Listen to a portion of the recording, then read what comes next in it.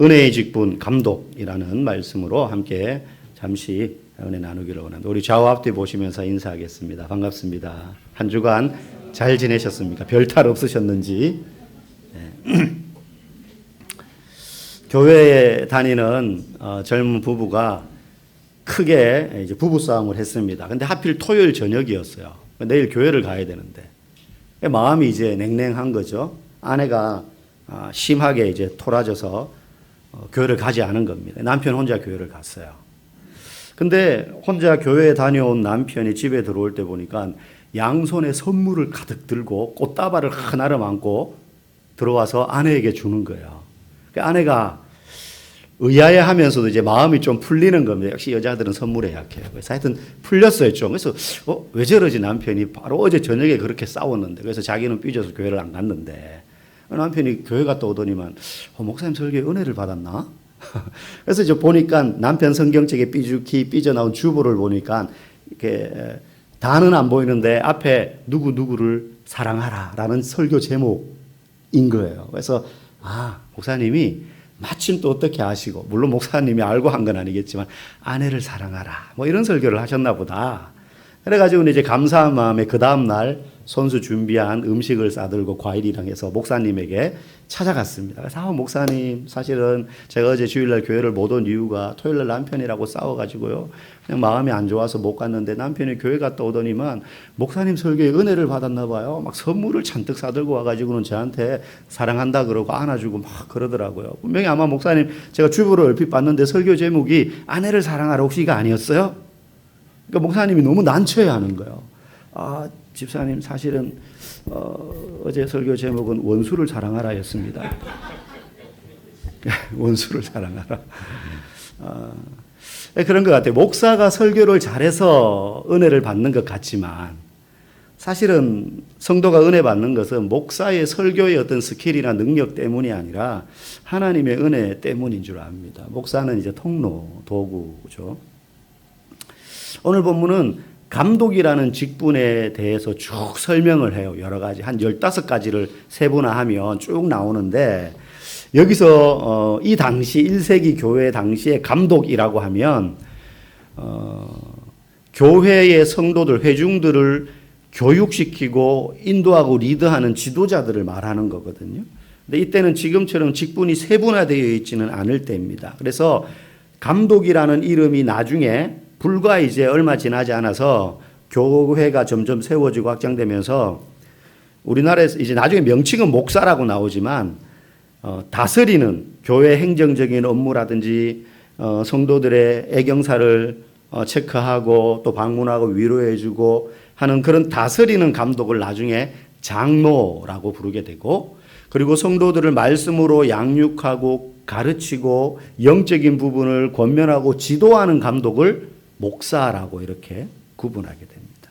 그러니 감독이라는 이 표현 안에는 목사, 장로 내지는 오늘날로 따지면 뭐 교회 좀 리더급들의 직분자들이 포함된다고 생각하시면 됩니다. 주로 목사나 장로 정도로 생각하시면 돼요. 근데 여기 보면 한 15가지 정도의 감독은 이러이러한 사람이어야 됩니다. 라고 쭉 나오는데 이 목록이 어떤 이 기준에 못 미치면 감독이 될 수 없어.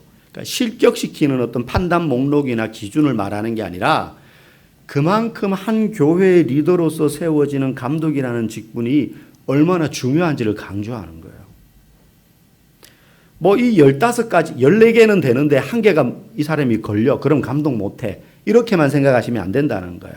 좀, 이 사람 참 이 부분이 강하고 장점인데, 이 부분은 조금 더 채워졌으면 좋겠어. 이런 게 있을 수 있죠. 그럼에도 불구하고 15가지를 쭉 언급하는 건 감독이 얼마나 영적으로 성숙해야 하는지를 성도들에게 가르쳐 주는 겁니다.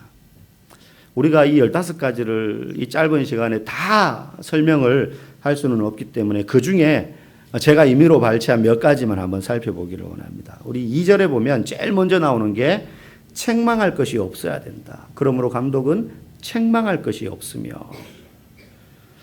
물론 뭐 모든 사람에게 책망을 받으면 안 돼라는 건 아닙니다. 그럴 수는 없죠. 사람이 많으면 많을수록 그 사람을, 그 감독 지도자를, 목사를 좋아하는 사람이 있겠지만 또 저 부분은 마음에 안 들어 하는 면이 있을 수밖에 없죠. 성자가 아니잖아요. 완전한 인격체가 아니잖아요. 부족한 게 많단 말이죠. 그래서 모든 사람에게 칭찬을 받을 수는 없겠지만 적어도 모든 사람들이 그 사람은 안 돼. 이러면 또 문제가 심각한 것 아니겠습니까? 하나님이 우리에게 주신 일정한 기준의 양심과 또 도덕률이라는 게 있잖아요. 그런 관점에서 봤을 때 저 사람은 인격적으로 또 성품적으로 또 영적으로 신앙의 모습을 보니 저 사람은 감독하면 안 되겠는데라고 대다수가 생각한다. 그러면 그 사람은 안 되는 거죠. 특히 어떤 면에서 심하게 그런 책망을 다 받는다. 그런 사람이 감독이 될 수는 없다라고 이야기합니다. 그런 책망을 들어서는 안 된다는 거죠. 두 번째, 그 다음 2절 그 뒤에 나오는 게 어떤 표현이 있느냐 하면 절제하며 신중해야 된다. 한 아내의 남편이 되면 이건 당연한 것이고요. 따로 두 아내의 남편 되면 안 되죠. 그 다음 나오는 게 이제 절제하며 신중해야 되는 것입니다. 절제하며 신중하다. 어떤 일에 있어서 과도하게 한쪽으로 치우치는 것이 없어야 된다는 거예요. 다시 말하면 극단적이어서는 안 된다는 겁니다. 극단적이어서는 안 돼요. 특별히 목회자는 성도들을 상대하기 때문에 결국 사람들을 상대하는 그런 역할을 대부분 하지 않습니까? 사람을 판단하는 것과 언어를 사용하는 데 있어서 절제하고 신중해야 됩니다. 판단을 하지 말거나 말을 하지 말라는 게 아니에요. 사용하되 절제하며 그리고 신중해야 된다는 거예요. 특별히 거치는 사. 그리고 어떤 사람에 대한 섣부른 추측과 단정지음. 이런 것들이 공동체의 분위기를 얼어붙게 만들 수가 있기 때문입니다. 장로님은 아니지만 안수 집사님, 제가 아는 안수 집사님이 있었어요. 이분은 장로, 이렇게 임직자 투표를 하면 항상 장로 후보로 올라가요. 근데 안 돼요. 본인은 왜 안 되는, 물론 이제 괜찮습니다 하죠. 자기는 장로감이 아니에요. 이렇게 이야기 하시는데 저는 알아요. 그분이 왜 장로에 안 되는지. 왜냐하면 욕을 많이 해요. 성질을 내면서 욕을 하는 게 아니라 그냥 말하면서 욕이 툭툭 나와요. 근데 그걸 자기는 인식을 잘 못해요. 제가 한 번은 집사님, 안수 집사님이셨으니까 집사님 장로 하셔야 되고 장로감인데 하나만 고치면 된다고. 거칠다. 너무 언어가 공격하고 이런 건 아닌데 언어가 너무 거칠다. 그래서 집사님 다 좋은데 봉사도 잘하고 성격도 좋고 다 좋은데 언어를 조금 부드럽게 사용하시면 좋겠다. 이제 그 얘기인데 잘 이제 안 되는 거죠. 감독은 특별히 언어와 성도들에 대한 어떤 생각들, 판단들 그런 것들에 대해서 절제하고 신중해야 됩니다. 자기 생각과 다르다고 개인적인 의견을 너무 강하게 표현하는 것도 신중해야 되는 거예요. 제가 지금 감독에 대해서 이야기하지만 전부 여러분 앉아가지고 우리 목사님은 과연 저런가 이 생각만 하고 있으면 안 돼요. 나는 어떤가 그 생각을 해봐야 되는 거죠. 특히 교회와 성도를 평가하는 데 있어서 신중하고 절제해야 됩니다. 사실 교회와 성도를 가장 어떤 의미에서는 많이 그리고 때로는 정확히 평가할 수 있는 자리에 있는 사람이 어쩔 수 없이 감독이에요. 그렇지 않겠습니까? 여러분 중에 우리 중에 저만큼 교회에서 많은 시간을 보내고 교회와 성도들을 위해서 염려하고 기도하는 사람이 없을 거예요. 일단 환경적으로 그래요. 저는 여기가 직장이니까. 여러분들이 쉽게 말하면 저의 주 고객이에요. 회사로 따지면 늘 저는 여러분들을 위해서 고민하고 어떻게 하면 건강한 성도로 만들어 갈지 막 기도하고 해요. 근데 아무래도 여러분들은 예배드리고 일주일간 생업이 있잖아요. 그러다 보니 목회자가 성도와 교회를 판단하기가 너무 쉬워요. 눈에 막 들어오는 거예요. 옳든 그르든. 그래서 절제하고 신중해야 된다는 것입니다. 예전에 어떤 장로님이 이제 자기가 다니는 교회에 대해서 불만을 제기해요. 불만 이야기할 수 있죠. 마찬가지로 잘 보이니까, 장로니까. 불만이 있을 수 있습니다. 그런데 이분이 불만을 이야기할 때마다 어떻게 표현하느냐 하면 이 교회는 이래서 문제야. 이 성도는, 저 성도는 이래서 문제야. 저는 그 불만이 옳은 면들이 있어요. 들어보면 그 교회에 대해서. 근데 장로님인데 남의 교회처럼 이야기하는 거예요. 이 교회는, 우리 교회는 이런 게 참 좀 부족해. 뭐 이렇게 이야기할 수 있죠. 그럼 어떻게 해야 될까요? 뭐 개선점을 말하고 또 기도할 수 있는 것 아니겠습니까? 완전한 교회, 완전한 성도 목회자는 없으니까. 근데 항상 이 교회는 이런 게 문제고 이 성도는 이런 게 문제야. 자기 교회 아닌 것처럼 남의 성도인 것처럼 그렇게 나름 객관적이라고 생각해서 그렇게 표현하는 건지는 모르겠지만 절제하고 신중해야 될 필요가 있는 거죠. 우리 교회는 그러면 거기에 자기도 부족함이 들어가는 거예요. 같이 나에게도 책임이 있다는 동의가 들어가는 거죠. 근데 그렇게 표현하면 나는 문제가 없는데 우리 교회는 다 문제야. 우리 성도들 다 문제가 많아. 이렇게 하면 그 교회가 그 교회에 대해서 이분이 올바른 진단을 했다 할지라도 사람들이 동의를 얻기가 쉽지 않습니다. 쉽지 않습니다. 그래서 언어 생활과 특별히 성도와 교회를 판단하는 데 있어서 신중하고 절제해야 되는 것이 감독이라는 거죠. 그 다음 3절에 보면 좀 예민한 표현이 나옵니다. 술을 즐기지 아니하며. 교회 다니시는 분들 중에 이 표현 때문에 술 마시는데 자유함을 이제 얻는 분들이 간혹 계세요. 목사님 보세요. 성경에도 술을 먹지 말라고는 안 했습니다. 즐기지 말라고 했지. 그러니까 좀 마셔도 됩니다. 이런 분들이 계세요. 술을 즐기지 말라라는 말은 물론 감독에게 지금 이야기하는 거지만 성도들도 마찬가지고요. 술에 중독되지 말라는 뜻입니다. 술을 즐기지 말라는 것. 그럼 술을 마셔도 됩니까? 적당히? 사실 이건 환경적인, 역사적인, 문화적인 해석이 좀 필요해요. 당시 1세기 유대인들, 그 이전에도 마찬가지고 오랫동안 특별히 술 그러면 포도주가 대표적인 음료예요. 포도주를 일상에서 자주 종종 마셨습니다. 그런데 마시는 용도가 지금하고는 좀 달랐습니다. 지금 술은 어떻게 마십니까? 취하려고 마시는 거예요. 맛있어서 맛으로 마시는 거예요. 마셔서 취하면 좀 걱정, 근심 잊을까 봐. 자기의 마음이 즐거워지기 위해서 이제 술을 마시는 거죠. 근데 이 당시에 술은 그런 용도로만 쓴 건 아니에요. 물론 그런 목적도 있었어요. 맛있으니까 마시고 취하니까.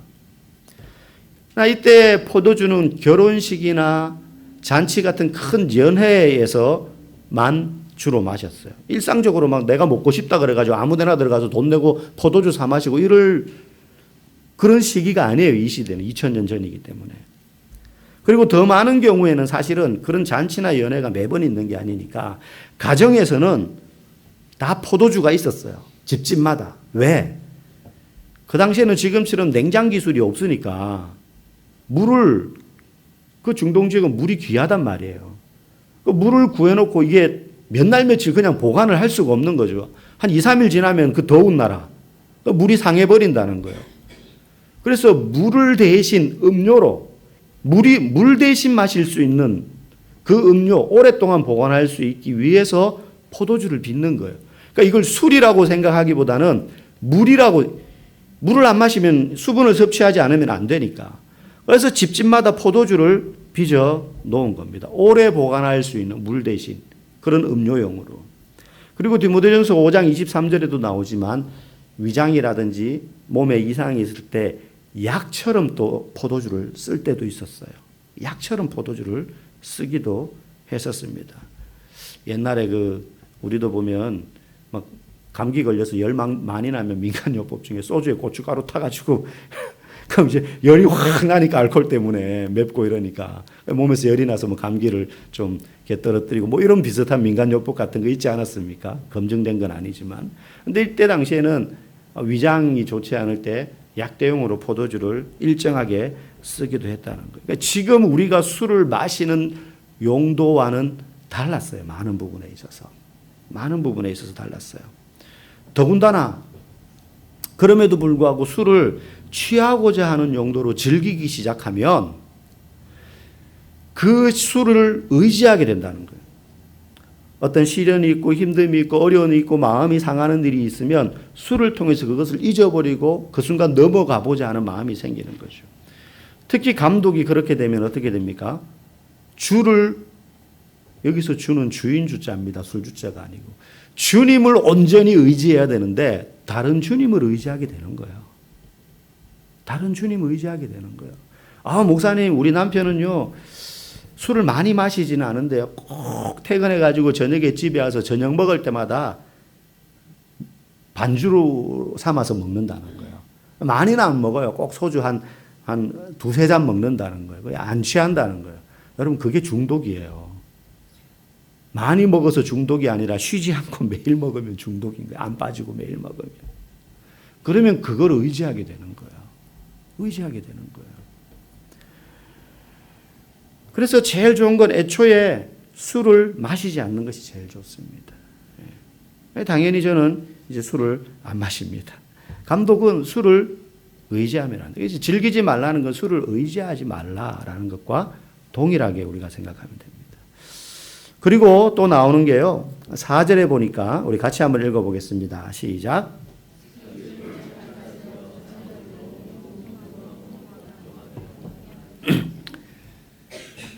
교회를 리더하는 목회자가, 감독이 자기 집을 잘 다스려야 된다는 거예요. 여기서 잘 다스리라는 말은 식구들을 잘 먹여 살려라 이 말이 아니라 자녀들로 공손함으로 복종하게 해야 된다는 거예요. 오늘날 복종하지 않는 자녀들이 많죠. 사춘기 때 되면 저것이 인간인지 내 자식인지 싶을 때가 있지 않습니까? 왜요? 왜 그렇게 해야 되는데요? 왜요? 막 그냥 설명해 주기보다는 그냥 때리고 치우고 싶을 때가 많아요. 한 대 치고 그냥 죽어봐라 너 이놈의 자식. 이럴 때가 있죠. 진심입니다. 교회 감독은요, 자신의 가정을 잘 다스려야 돼요. 왜냐? 가정이 바로 작은 교회이기 때문에. 교회는 큰 가정이에요. 목회자에게 있어서 교회는 영적인 관계에서 자녀들인 성도들을 양육해야 될 아버지 목사인 거예요. 교회는 내가 잘해요. 근데 가정은 완전히 지옥도야. 자녀들이 대들고 기어오르고 말 안 듣고 막 엇나가고 교회 안 가고 막 교회 가기 싫다 그러고, 물론 우리 교회 우리 집 애들도 가끔 그럴 때가 있어요. 아빠 교회 가기 싫은데 저희 막내가 지난주 우리 교회 안 나왔어요. 모르셨죠? 말 안 하면 몰랐을 비밀인데 교회 안 나왔어요. 어디 갔느냐? 우리 동네 다른 교회 갔어요. 평소에 지 친구들 이렇게 동네에서 어울리는 친구들이 그 교회 좀 다녀요. 그래서 전에부터 계속 그 교회를 가고 싶다는 거예요. 그래서 안 돼 하다가 가봐 그러면 해서 갔어요. 그래서 안 나온 거거든요. 그래서 예배 마치고 집에 와가지고 예배 잘 드렸어 거기 가서. 예배는 어땠어? 그러니까 이제 아들이 저한테 그런 얘기. 가보니까 아빠가 설교를 잘하는 거였어요. 이러는 거예요. 저는 알고 있었습니다. 그분보다 제가 설교를 조금 잘한다는 걸. 제가 잘하는 목사님이기 때문에 이제 그래요. 평소에도. 우스개처럼 이야기하지만 한번 그렇게 오늘은 왔습니다. 만약에 목회자의 자녀가 교회 안 다니겠다 그러고 뭐 나는 예수를 안 믿겠다 그러고 그럼 그거 누구 책임이에요? 자녀 책임이 아니라 목회자 책임, 감독 책임. 만약에 자기 자녀를 그렇게 신앙 안에서 제대로 양육하지 못하면서 교회 와가지고 성도들 보고 열심히 신앙생활 하라라고 할 수 있겠습니까? 말로서 그렇게 한다고 한들 그게 제대로 양육이 되겠어요? 제가 자녀들에게 기도하는 모습을 보이지 않고 찬양하지 않고 예배를 소홀히 하는데 큰 가정인 교회의 영적인 자녀들인 성도들에게 기도 열심히 해라, 예배 빠지지 마라, 어떻게 이야기할 수 있겠어요? 만약에 그러면 지금 이 자리에 앉아 있는 우리 가정의 자녀들이 속으로 아빠나 똑바로 하세요 이러지 않겠어요? 그래서 5절에 이렇게 말하고 있는 거예요. 우리 같이 읽어보겠습니다. 사람이 자기 집을 다스릴 줄 알지 못하면 어찌 하나님의 교회를 돌보리요. 아멘. 근데 이 말씀은 여러분들에게도 해당이 돼요. 여러분들이 만약에 가정에서 생전 기도도 안 하고 일주일 내내 성경책 한 장 펴보는 것도 자녀들이 볼 수 없고 뭐 찬양 대신 입에서는 계속 이제 다른 노래들이 흥얼거려지고 친구들 만나가지고 부어라 마셔라 하고는 주일날 교회 와서 다 경건히 예배드리면 자녀들이 속으로 뭐라 그러겠어요? 놀고 있네 이러지 않겠어요? 속으로. 말로는 그렇게 못할지라도. 지금은 어려가지고 부모 그늘 아래 있어서 주일날 어쩔 수 없이 교회 나오지만 내가 이 집에서 떠나는 날에서 나는 교회 안 다녀. 그럴 수 있죠.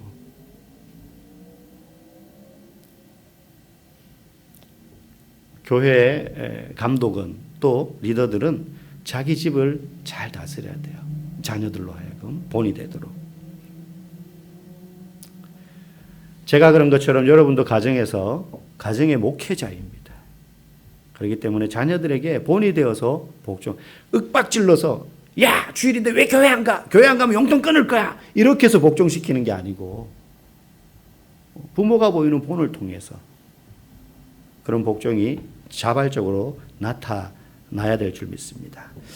우리 또 7절 한번 말씀 보겠습니다. 마지막으로 읽어봅시다. 또한 외인에게서도 선한 증거를 얻은 자라. 여기서 외인이란 말은 교회 밖의 사람들, 성도들 말고 동네 사람들, 옆집 사람들. 교회 안에서는 우리 목사님, 우리 장로님인데 밖에 나가서는 그 인간 이렇게 되면 안 되죠. 그 인간, 어우 막 이러면 안 돼요. 여러분들도 마찬가지입니다. 교회의 감독이라면 이와 같이 자기 절제, 성자가 되라 이런 것까지는 아니더라도 그리고 공동체를 이끌기 위해서 자신의 가정과 주변 사람들에게 칭찬받고 인정받는 사람이어야 합니다. 사실 제가 아무것도 하는 거 없지만 동네에서 이제 반장이고 동대표인데 그 반장들 단톡방이 있어요. 이장님하고 같이 들어가 있는. 저 혼자 남자예요. 한 8명이 다 여자예요. 아줌마들인데. 뭐 이장님이 그냥 뭐 503동 반장님 이러면 되는데 그 톡에서도 계속 목사님 계속 이제 뭐 그러면 뭐 아파트 관련된 공지사항 해주면 이장님 감사합니다. 많이 못 도와드려서 죄송해요. 이렇게 올리면 목사님 괜찮아요. 이렇게 이제 올리면 너무 민망한 거예요. 그냥 반장님 그러면 좋겠는데. 그러니까 이제 부담이 되는 거죠, 저도. 적어도 우리 여기 반장 단톡방에 들어있는 사람도 내가 목사라는 거 다 아는데, 모임하는데 막 안 가고 이러면 안 되지 않나? 모임하면 꼭 가요, 이제. 꼭 가요. 뭐 하는 건 없는데, 가서 들어주고 뭐 하라 그러면 네, 한번 해볼게요. 이렇게 하거든요. 교회 안에서뿐만 아니라 교회 밖에서도, 여러분 직장에서, 혹시 여기 이제 혼자 신앙생활하고 있다면 안 믿는 가족에게서 인정받고 칭찬받는 성도이어야 하는 것입니다. 물론 우리의 성품이나 인격을 봤을 때 뭐 모든 사람에게 그런 인정을 받기는 참 쉽지 않습니다. 만약에 한 기업체를 이끌고 있는 사람이라면 사장 좋아하는 직원들이 얼마나 되겠어요? 내가 팀장이라면 팀장 좋아하는 팀원들이 몇 명이나 되겠어요? 우리가 다 나를 좋아하고 다 내가 누군가에게도 모두에게도 인정받는 그런 사람이 되기는 어렵지만 적어도 교회에서 직분자로서 우리가 세워짐을 받았을 때, 귀한 직분을 받았을 때 그것은 내가 인격적으로나 성품적으로 완전해서 그런 직분을 받을 만큼 고매한 성품의 사람이어서 받은 게 아니라는 사실을 우리는 알아야 돼요. 우리는 누군가가 인정해줘서 저분은 장로가 될 만하고 저분은 권사가 될 만하고 저분은 목사님으로 타고났어. 여러분 그래서 우리가 그런 직분을 받은 게 아니에요. 우리는 그리스도의 은혜로 직분을 받은 사람이에요. 그리스도의 은혜로. 목사 장로뿐만 아니라 권사 집사 서리 집사도 마찬가지. 실상은 실수가 많고 흠투성이라도 그럼에도 불구하고 나를 감독자로 교회의 리더로 삼아주신 예수 그리스도의 은혜를 우리가 망각하지 않고 의지할 때 감사함으로 더욱 주어진 그 직분에 합당한 삶을 살아가기 위해서 애쓰는 것입니다. 그러므로 감독으로 세워진 자는, 목회자는, 그리고 중요 임직자들은 항상 자신이 이 일을 할 만한 자격이 없는 사람이라는 것을 염두에 두고 있어야 돼요. 외적인 조건, 한번 보십시오. 저를 보더라도. 제가 무슨 유학을 다녀왔습니까? 요즘 어지간한 교회 목사님들 초빙할 때는 갔다 오지 않은 사람 아예 서류 면접에서 탈락이에요. 청빙할 때. 그래서 저는 개척 외에는 제 동기들도요, 한 1년이라도 유학 갔다 와요. 그래서 어느 스쿨에서, 유니버시티 어느 스쿨에서 무슨 과정을 수료했다.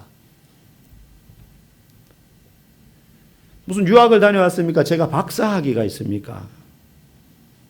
빽이 든든하기를 합니까? 돈이 있습니까? 돈 없어요. 여러분들이 다 저보다 잘 살아요.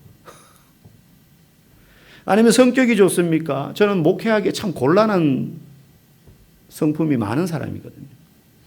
그렇다고 인기나 명성이 있어 제가 우리 교회나 목사님이 길거리에 나가면 제가 뭔지 누가 알아요? 아무도 몰라요. 아니 무슨 능력이 많아서 막 손 얹고 기도하면 귀신이 떠나가고 막 사람들이 병이 막 낫고 그런 신유의 은사가 있습니까? 그런 것도 없어요. 어떤 면을 보더라도 저는 목사하기에 참 부족함이 많은 사람인 것 같습니다. 그런데도 저를 목사시키신 그 하나님을 생각하면 그게 얼마나 큰 은혜인지 몰라요. 저 같은 사람 목사 안 시키면 제대로 헌신하지 않을 것 같아서 시켰을 거예요, 아마. 그냥 두면 버리는 사람인데 목사 시켜서 하나님 나라 일하도록 쓰시는 거예요. 하나님 입장에서 손해볼 게 없죠. 그러니 나를 목사 삼으신 하나님의 은혜에 감사하면서 동시에 겸손히 순종할 수밖에 없는 겁니다. 이제 와서 또 제가 목회 그만두고 뭘 하겠습니까? 제가 이제 이 나이에 기술을 배우겠습니까? 다른 분들처럼 직장 옮기듯이 여기저기 옮기지도 못해 그냥 이제 평생 목사로 살다가 목사로 죽는 겁니다. 그러니 감독은 순종밖에 없는 거예요. 퇴로가 없습니다. 딴 길이 없어요. 여러분 우리는 거룩하거나 특별한 사람이 아니지만 우리가 맡게 되는 교회는 거룩하고 특별한 곳이에요. 내가 특별해서가 아니라 이 교회가 거룩하기 때문에 이 교회에서 내가 직분을 받게 되는 건 거룩한 하나님의 사명을 받는 것입니다. 그게 성도로서 축복된 거예요. 나는 장로 될 만하지, 나는 목사 될 만하지. 그렇지 않습니다.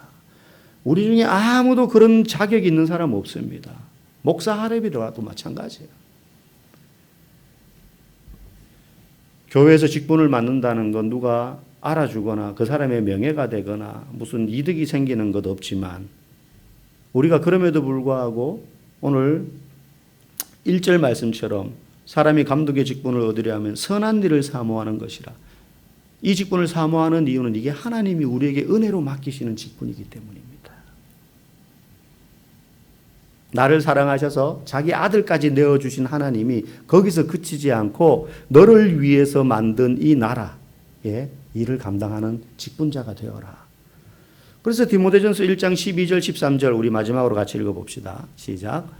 나를 능하게 하신 그리스도 예수 우리 주께 내가 감사함은 나를 충성되이 여겨 내게 직분을 맡기심이니 내가 전에는 비방자요 박해자요 폭행자였으나 도리어 긍휼을 입은 것은 내가 믿지 아니할 때에 알지 못하고 행하였음이라. 아멘. 나를 충성되이 여겨 직분을 맡기셨다. 충성스러운 사람이 아닌데 오히려 비방하고 박해하고 복음에서 멀어졌던 사람인데 그럼에도 불구하고 나를 직분을 맡기셨다. 여러분 대통령이 장관을 시킬 때 길 가다가 있는 아무도 모르는 사람 그냥 데려다가 너 무슨 장관해 이렇게 시키지 않아요. 고르고 골라서 자격이 되고 실력이 될 만한 사람을 장관을 시킵니다. 청문회 거쳐가지고. 그런데 예수님은 우리를 그런 조건 없이 직분을 맡기신 거예요. 실력과 능력을 따라 일을 맡기는 데는 회사예요. 기업이에요. 그런데 교회는 그렇지 않습니다. 그렇기 때문에 교회에서 직분과 일을 맡을 때 제일 안 좋은 핑계가 에이 목사님 저 말고 잘할 사람 많은데 딴 사람 시키세요. 이거예요. 한 번은 겸양의 표현일 수 있어요. 그런데 두 번, 세 번 그렇게 말하면서 거절한다는 건 우리를 불러서 일꾼으로 삼으시고자 하시는 하나님의 은혜를 거절하는 거예요. 일꾼 삼아주시는 게 은혜예요. 그런데 저 말고 할 사람 많은데 그건 하나님이 더 잘 알아요. 너 말고도 할 사람 많은 거 알아요. 너 말고도 목사할 사람 많아. 그럼에도 불구하고 내가 너를 왜 시켰겠니? 너를 이 귀한 일에 동참시키기 위해서. 왜 너를 순장시키고, 왜 너를 찬양대원시키고, 왜 너를 봉사자로 세우겠니?